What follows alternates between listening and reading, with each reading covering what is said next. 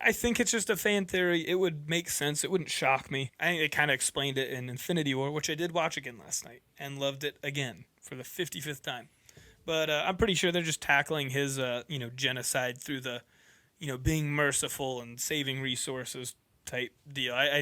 I think the whole Hela thing's a good theory and would make sense, but I don't think that's actually what they're doing. So let's back up a second. Sure. We also have what you just said. I'm going to hit on that. Thanos getting like resource management. Like this is Catan or something. Right. Like, I have to get all the sheep. Okay. Catan.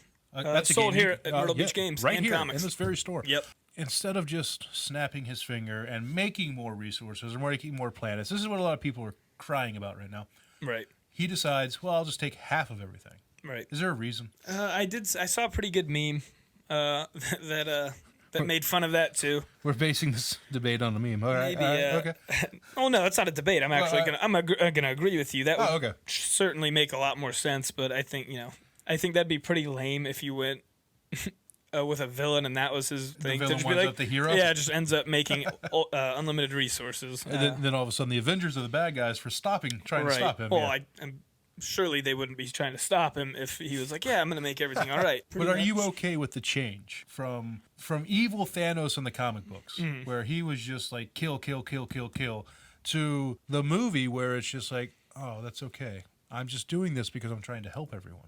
I mean, I am okay with it. Just like I said, I was watching it last night, and I think it's really cool how you can kind of sympathize with him a little bit. He seems to have good intentions, but he is the Mad Titan. Oh, okay. So so you shed a tear. He has a screw loose. You don't really understand why he's doing it, but it kind of makes sense. It's wrong, and I think that's the whole point. So yeah. I can't say that. All right. So, but yeah. So Guardians of the Galaxy #1 kind of reestablishes the new team, the people. So what?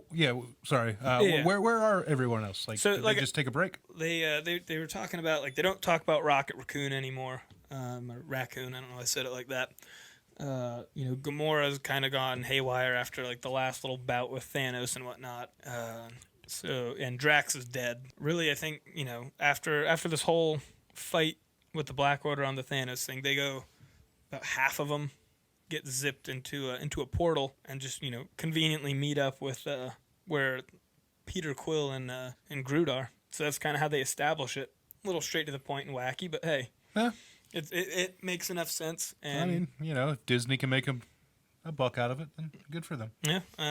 I, for one, will not be reading or buying this. But if someone wanted to read or buy this, where could they get it? Well, I'm guessing they could get it at a little place called Myrtle Beach Games and Comics. What? Yeah. That's crazy. Yeah. And if they liked it, they could get it the #2 issue and the 3 issue. Those? And the 4 issue. Oh, my God. You're blowing my mind. It's almost like they could subscribe. Here?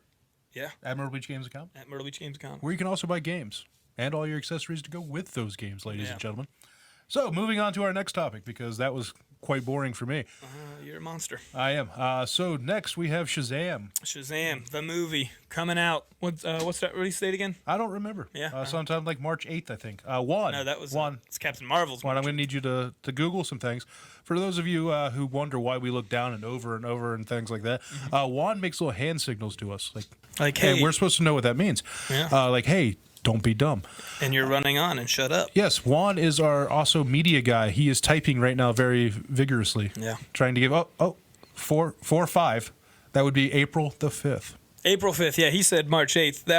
That's the other Captain Marvel. That's the other Captain Marvel, which we'll be talking about in the next episode. So don't be sure to tune in for that. So Shazam, DC goes out after the success of Aquaman, because Aquaman was huge. They go out and they go with a lesser-known character who is pretty popular. Yeah, I'd say Shazam's kind of like the second tier-ish kind of. Yeah. Well, I mean, in comic book standing, he's popular. Yeah. And knowledge standing, people knowing who he is, he's not. And I think it has something to do with the fact that they changed his name.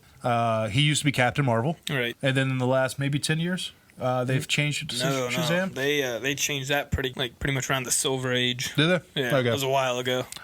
So they revamp him as Shazam, and they go out and they get themselves a good actor. I mean, they got Zachary Levi, who is a man-child. Yeah. Not to mention he's a fanboy, loves comic books, and he's not really physically a comic book hero. Okay. Like if you stand him next to Jason Momoa, Right. He is not the person you cast in a movie. But for Shazam, he has the Boyish mentality. attitude, Yeah, he is a child. And then they give him a little help with the suit. I think. I don't think that's all. Oh no! So the suit is actually a good point. I've heard a lot of people complain like, oh, it's too exaggerated, too pronounced. I think it's hilarious, and I think it kind of adds into the theme. It's clearly just an egregiously overbuffed suit, but that's hilarious. As long as this movie doesn't take itself too serious, Which I can already tell you now by the previews, it absolutely won't. I think it'll be a blockbuster. Yeah.